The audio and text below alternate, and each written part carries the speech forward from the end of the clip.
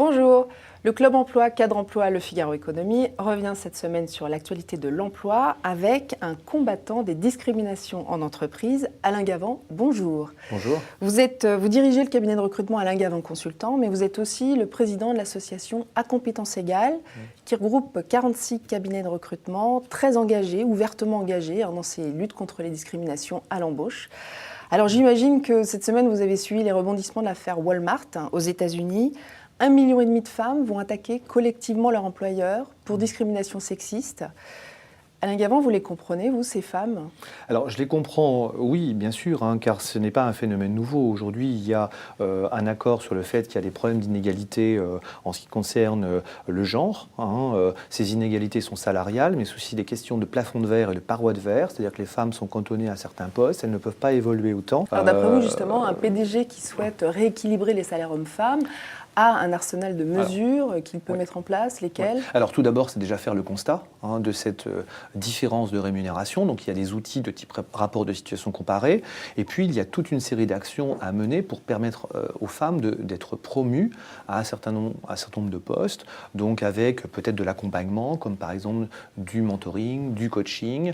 Essayer aussi de nommer des femmes peut-être de façon privilégiée lorsqu'on a des postes ouverts.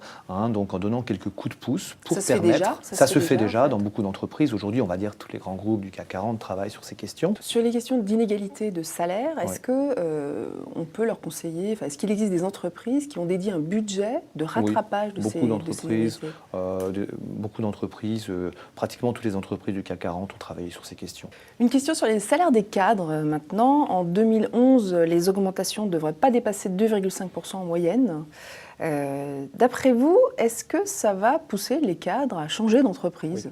Alors c'est clair, donc nous le ressentons en tant que cabinet de recrutement. Donc il y a un volume de recrutement qui est beaucoup plus important. On sent de fortes demandes de la part de nos clients. Et d'un autre côté, les candidats, eux, restent très frileux.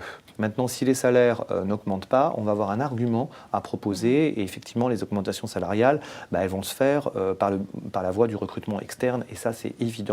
Et on commence, nous, à sentir vraiment des tensions importantes sur certains métiers. En pourcentage, on peut espérer gagner combien en plus si on change d'entreprise ? Ça peut être 5, ça peut être 10, ça peut être 15%. Après, ça dépend du niveau de responsabilité. Alors, une autre question sur une tendance qui va concerner les DRH et peut-être les candidats.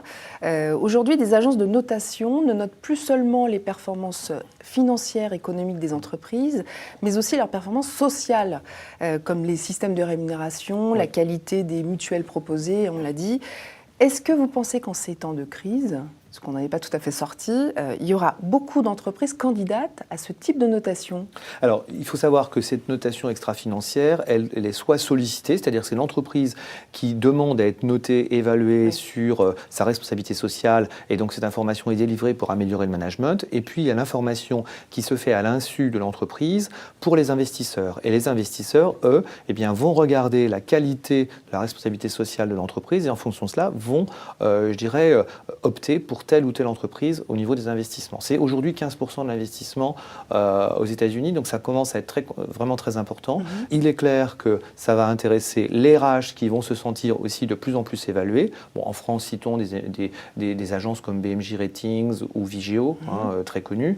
Le candidat, lui, peut par exemple consulter les rapports annuels où il y a un volet de plus en plus responsabilité sociale, développement durable, citoyenneté. Et donc, c'est une information qui est disponible pour le candidat et évidemment qui l'intéresse. D'accord, donc pour bien comprendre, les agences de notation dont on parle vont donner des informations supplémentaires que celles qui figurent déjà dans les rapports sociaux. Voilà, tout à fait.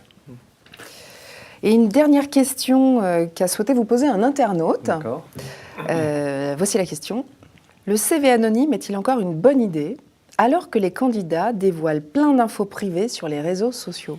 Alors c'est un peu le paradoxe, effectivement. Donc c'est vrai que d'un côté, on demande de cacher le maximum d'informations côté employeur à partir d'informations qu'il reçoit, et puis en fait, toute cette information, elle est disponible. Donc ça veut dire que d'un côté, le recruteur doit être extrêmement vigilant et ne pas faire d'enquête sur le candidat à partir de toutes ces informations. C'est pas toujours le cas.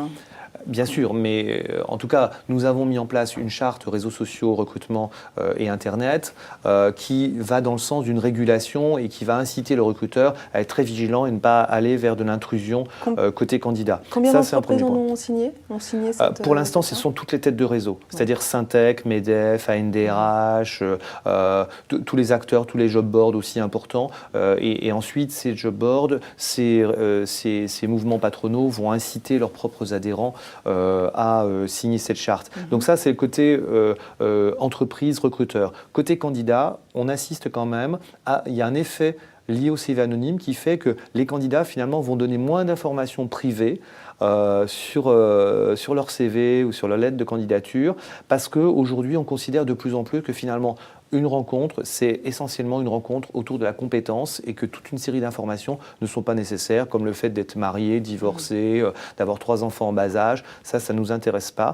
Et donc, finalement, ce CV anonyme, il a eu un effet assez intéressant dans une forme de régulation autour de l'information qui est délivrée par le candidat ou qui est collectée par le recruteur. D'accord. On rappelle que le gouvernement prendra une décision, a priori, en Voilà, janvier. tout à fait, puisque rappelons qu'il y a une loi sur le CV anonyme et pas de décret d'application. Donc, il y a une expérimentation qui a été mise en place par le gouvernement et par le commissariat à la diversité. Dont on n'a pas encore les résultats, Voilà, d'ailleurs. une expérimentation qui a porté sur une centaine d'entreprises et on attend effectivement impatiemment les résultats.